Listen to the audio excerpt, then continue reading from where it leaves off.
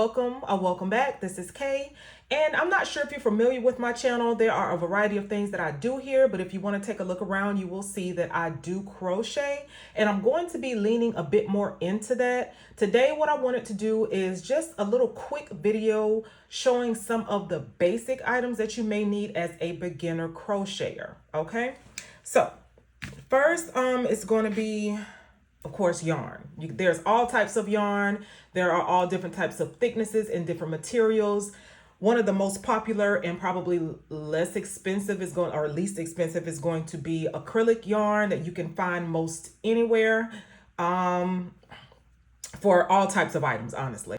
There's cotton, there's wool, there is different thicknesses. I believe the most common for the acrylic is going to be like a 4 weight. They go by weight. So as you're learning and looking to doing certain type of items, they will suggest a certain type of yarn, and you can absolutely go by those suggestions. Or if you just want to play around and figure out what you like best, you can do that as well.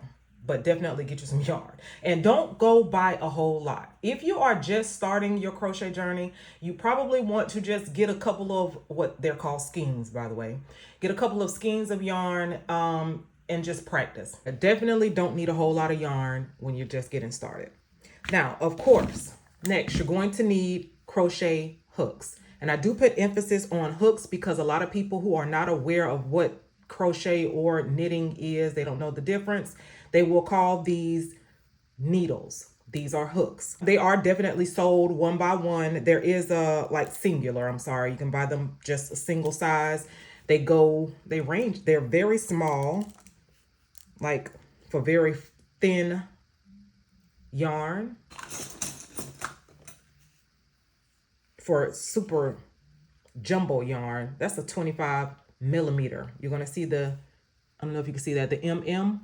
They come in sizes of millimeter, the ones that I have. Some have like a letter size. I'm more familiar with the numbers. And you may find that you like one better than the other, but they're literally the same. I just prefer to go by the numbers, not the letters. I don't even know what the letters are. This one is a 2.5, this really small one. And I find that the main one that I use for most projects is a 5 millimeter. 5, 5.5, and 6 are going to be the ones that I use the most. But you can buy these sets literally anywhere. Literally anywhere. Most of the stuff I got off of Amazon, as far as my tools and things like that, I will link that stuff in this video, so you can go and grab these items for yourself. But there are a variety of different hooks that you can purchase. Next, you're definitely going to need scissors. There is not a whole lot of cutting that you're going to do, but literally you have to cut the yarn. So get you some scissors. Any type of scissors will be fine. Some items will require a needle, and it's not just a regular sewing needle. I mean, technically it is, but it is thicker. Most of the times it'll be plastic. There are metal ones, and you'll notice that the loop is much bigger than on a regular needle because you need to put yarn in here. This is used for literally sewing up certain items that need to be sewn up, or sometimes you need to hide the ends of your yarn, and you can do that with this. Sometimes there are clothing items that need to be done, and you can stitch up the seam or something like that. You may need a needle, and they are sold in packs. Sometimes they will even come with your hooks, depending on what you purchase. So you can find these. They're pretty simple to find. Next would be crochet. I'll put this here because it's easier. These are little, like, there's so many different names. You can use these to mark your space or count your stitches. This is a stitch marker.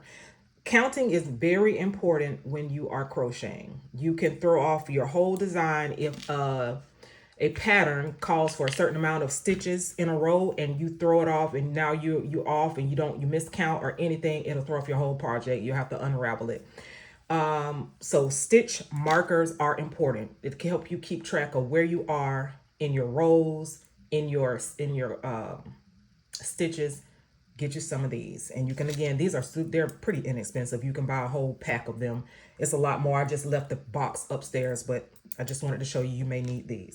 So these are a few of the items that will be helpful if you are a beginner crocheter.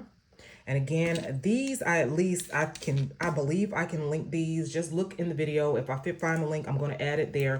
This stuff will help you get started. And if you have any other questions, drop them in the comments. If you have any suggestions, because y'all, this is leading into some tutorials that I will be doing. So if you have any requests that you want to see a tutorial of, I don't do a whole lot. I honestly have not been crocheting for a few years, so I know what I know. And if you have any questions or comments, just drop it down below. See you in the next video.